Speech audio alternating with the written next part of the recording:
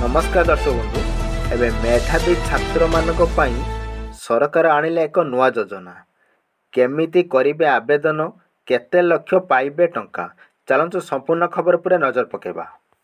प्रधानमंत्री नरेंद्र मोदी अध्यक्षतार अनुष्ठित एक गुरुत्वपूर्ण कैबिनेट बैठक में पीएम विद्यालक्ष्मी योजना को अनुमोदन करा जायछि। यह हेउछि एक नूतन केंद्रीय योजना जार उद्देश्य हेउछि देशरे मेधावी छात्रों को आर्थिक सहायता जोगाइबा जहाद्वारा आर्थिक प्रतिबंधक जोगु कौनसी छात्र उच्च शिक्षार वंचित हेबो नाही।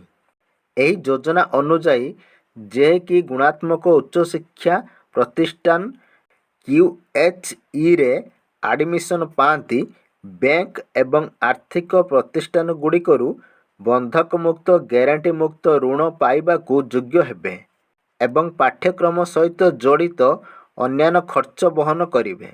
एही योजना अधीन रे छात्र माने 7.5 लाख टंका पर्यंत ऋण राशि पाई बकेया डिफॉल्टर 75% क्रेडिट ग्यारंटी पाइबाकू मध्य योग्य हेबे। एही योजना अधीन रे छात्र मानकू शिक्षा ऋण जोगाइबारे बैंक गुड़िक साहाय्य करिवे।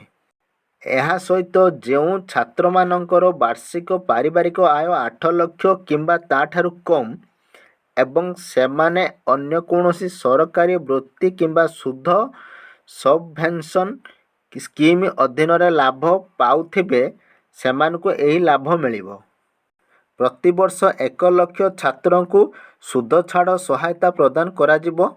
ସରକାରୀ ଅନୁଷ୍ଠାନରୁ ଆସିଥିବା ଏକ ବୈଷୟିକ ବୃତ୍ତିଗତ ପାଠ୍ୟକ୍ରମ ପାଇଁ ଚୟନ କରିଥିବା ଛାତ୍ରମାନଙ୍କୁ ଅଗ୍ରାଧିକାର ଦିଆଯିବ।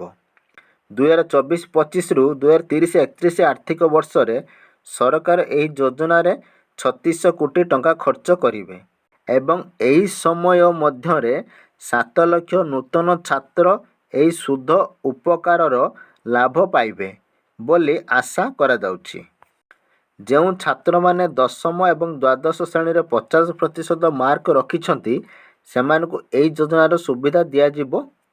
ଛାତ୍ରଛାତ୍ରୀମାନେ www.vidyalakshmi.co.in ସାଇଟ୍କୁ ଯାଇ ଏହାର ବିଷୟରେ ସବିଶେଷ ତଥ୍ୟ ହାସଲ କରିପାରିବେ। ଏହା ସହ ଏହି ସାଇଟ୍ରେ ହିଁ ସେମାନେ ଏହି ଯୋଜନାରେ ଆବେଦନ କରିପାରିବେ।